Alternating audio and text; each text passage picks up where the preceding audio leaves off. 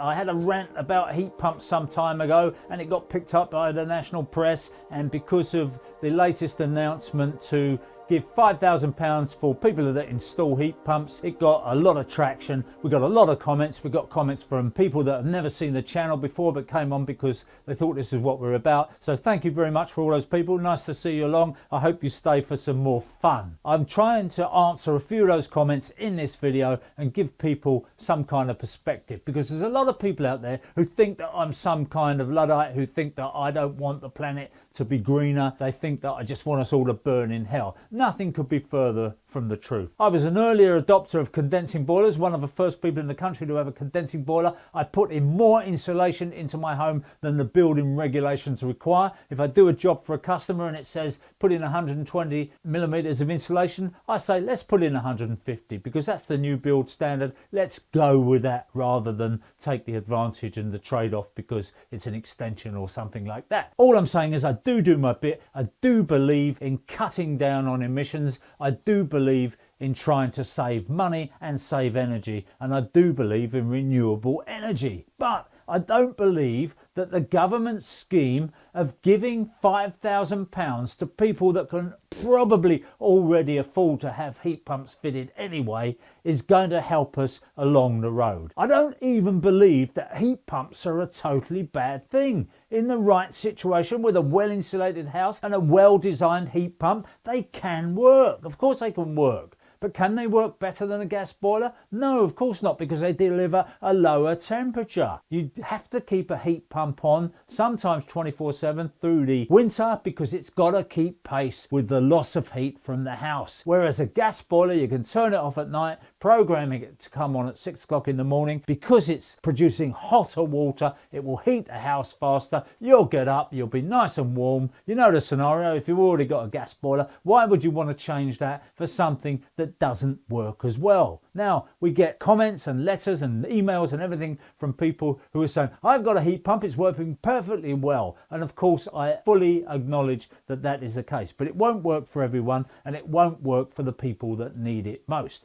In other words, the poor who can't afford the extra £5,000, the government gives you £5,000, you're probably going to spend another 5 or even 10 getting your house converted so that the heat pump will run. Who can afford that? The only people that can afford that are probably people who've already got the money. There's roughly, say, 30,000 air source heat pumps being fitted in this country every year at the moment. The government is giving them a grant for £5,000, and that £5,000 will last until the money runs out for, say, another 30,000 heat pumps. Now, I say another 30,000 heat pumps because, hang on a minute, if there are already 30,000 heat pumps being fitted and those people that are having them fitted are now entitled to £5,000 bung from the government, which you're going to take because why wouldn't you, where's the net gain? Because once that 30,000 has gone, people are going to say, where's the grant?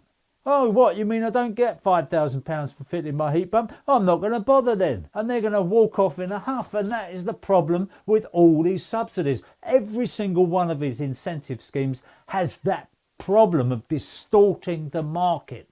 It makes people invest in it. It makes companies, the startups, people have huge investments in gearing up to take advantage of this government grant, in training people, in buying more vans, in running around like blue-ass flies until the grant runs out, and then tumbleweed blowing through. If you're going to do it, it's much better to do it letting the market forces decide what's good and what's bad, and not get the government interfering and trying to prime the pumps, because they don't prime the pumps. The money is going to go into the pockets of the people that can afford it, and the people that will suffer, the people who will get absolutely nothing out of this, are the poor and the people who are struggling to heat their home. All you environmentalists, all you people with the good hearts, just think about that for a minute. Just think about who this favours and why. They carried out a trial with heat pumps in the northeast, just outside Newcastle, targeted a load of houses. They offered them free heat pumps, free installation, free upgrade on your insulation, everything else, free new piping in your house to take advantage of the heat pump because you've got lower water temperatures. They offered all that, and out of those 300 people that they offered it to, 3 people took it up. 3 people decided they would go for it. That, by any measure, is not a resounding success. That is not a trial that you want to roll out nationally. So it's completely baffling to me why the government decided to roll this out nationally when that trial had been such a miserable failure. And the only conclusion I can come to sensibly is that Boris has been bounced into it, caved into the environmental lobby, to the people blocking up Westminster Bridge, the people gluing their hands to the M25, and all the other people like Greta who are standing out, stamping her feet and getting nasty and snarling at everybody and saying you're doing nothing. Well, I've got news for you people.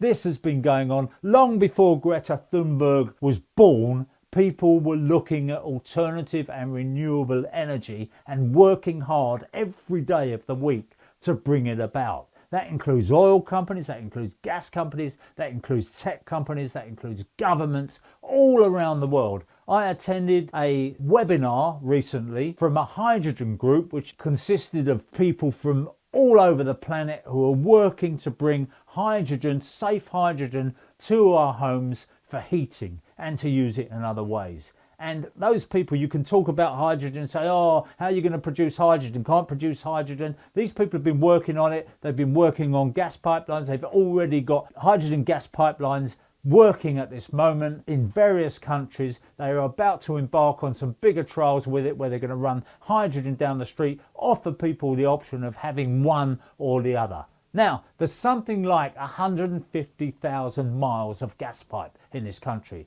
Now, don't quote me on that. It could be 155,000. I mean, it's been a long day. There could be some around the back of the bike shed that I haven't counted. But 150,000 miles is roughly the amount of infrastructure that we got there. Where I was working last week, they were digging up the road and they were replacing the gas pipe with a polyethylene gas pipe. The new stuff, the plastic stuff, the stuff that doesn't rot. Why are they doing that?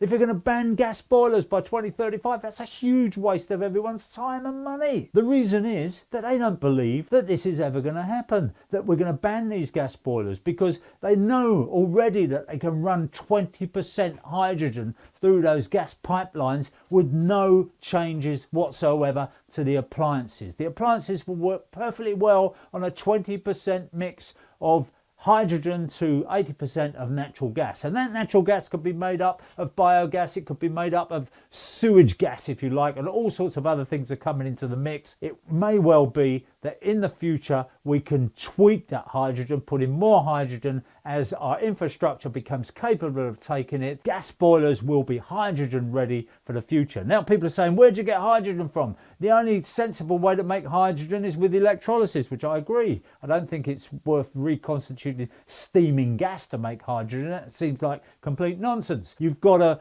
produce hydrogen with the excess electricity from wind turbines and other things like that when you're not using. So the people say, so why don't you just give us the electricity? Why are you putting it into hydrogen? Well, the reason you put it into hydrogen is simply to store the power. If you're generating excess power at night when it's not needed, you put it into hydrogen, and then when people do need the power, you can use the hydrogen to produce the electricity. Just the same as having a reservoir pumping water up at night and then letting it run back through the turbine during the day. It's been going on for years, this kind of thing. So it's a supreme arrogance of all those environmentalists who think, oh, we've got to make a difference. We've got to pressure the government. We've got to pressure people into changing over into renewable energy. They're kidding themselves. It must be immensely annoying to people who are working in the industry to see these idiots who are walking around with these placards going, well, we've got to change, got to do this, you're doing nothing. And they're thinking, hang on, what have I been doing for the last 5 years, going to work in the laboratory or the engineering works or wherever else they're working to bring this about? So give them some kind of credit. The way this problem is going to be solved is by technicians, by scientists, by people who have actually got a brain in their head and who know an awful lot more about it than you and me. So what I'm suggesting to all these people who are saying the world's burning, we've got to get on with it, we've got to quick rush, is that rushing is a very, very bad idea.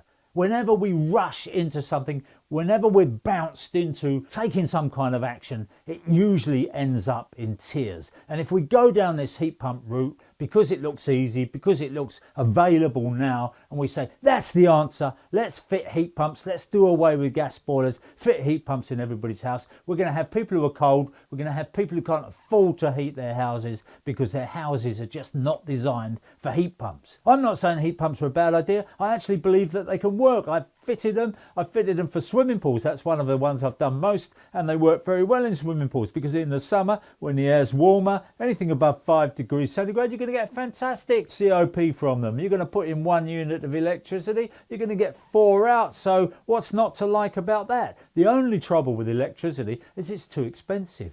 In a lot of countries where heat pumps work, it's because they got cheap electricity. I mean, some of them are on fixed rates. Doesn't matter how much electricity they use, they don't pay any more. A bit like your mobile phone, all you can eat. And that happens in a lot of countries. And the reason it doesn't happen in the UK is because we sold our soul to the devil. We decided that we were going to privately fund the infrastructure, the green electricity, if you like, the wind farms, the solar panels, everything else. And we said to people, if you invest in that, we will guarantee you a price for electricity which is over the market price. And thereby, it's a green tariff, you will get your money back in double quick time. And that's what we've done, and that's why people are paying a lot of money for their electricity. Now, we've got wonderful projects like the Swansea Tidal Lagoon, which will produce a lot of electricity, it'll produce a lot of jobs, it could be a fantastic project. I've spoken about it before on this channel, so check this video out here if you want to know more about it. It will bring jobs to an area of South Wales where jobs are badly needed. We let those people down really badly. The steelworks are on their arse, the mines are closed, and those people who produced a lot of the wealth for this nation years ago were just thrown on the scrap heap. So if we can get infrastructure projects like the Swansea Tidal Lagoon into South Wales, I think we ought to do it. I don't think we ought to be hanging about quibbling over who's going to pay for it, how much they're going to get back. I think we should just put our money where our mouth is, get on with it, because that's what makes this country great, is when we just get on with it. Have some imagination, have some faith. And if you think, oh, there's a rush, we've got to get going with it, we need to get these things done because the planet's burning, if you believe Greta and all the rest of them go, oh my goodness, we're all going to die. I admit it's a dire situation for a lot of people in droughts, in floods and all sorts of other places, but we produce 1% of the CO2 for the planet. 1%. And out of that, 18% of that is produced by heating. And that's not just gas boilers, but that's oil boilers. Fossil fuels for heating are producing 18% of 1% of the global emissions. And if we change over, if every single house in this country suddenly had a heat pump, that 18% would not disappear. It may go down to 16%.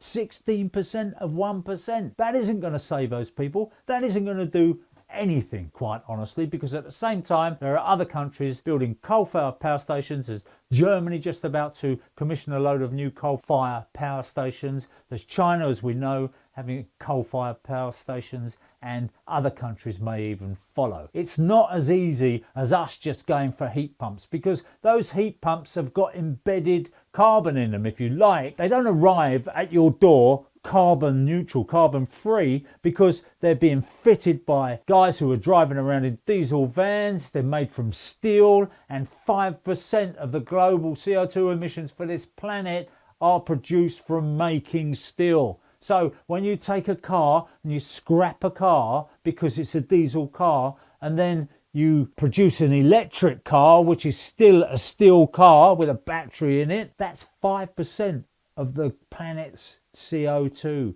goes into producing those things. You have to look at the whole picture. It's even like insulation. You go putting loads of insulation in your house. That's got to be transported. That's got to be produced. It takes energy to produce that. Electric vehicles, it takes lithium. People talk about all the bad effects of lithium and that it's an environmental disaster. So don't be so bloody simplistic.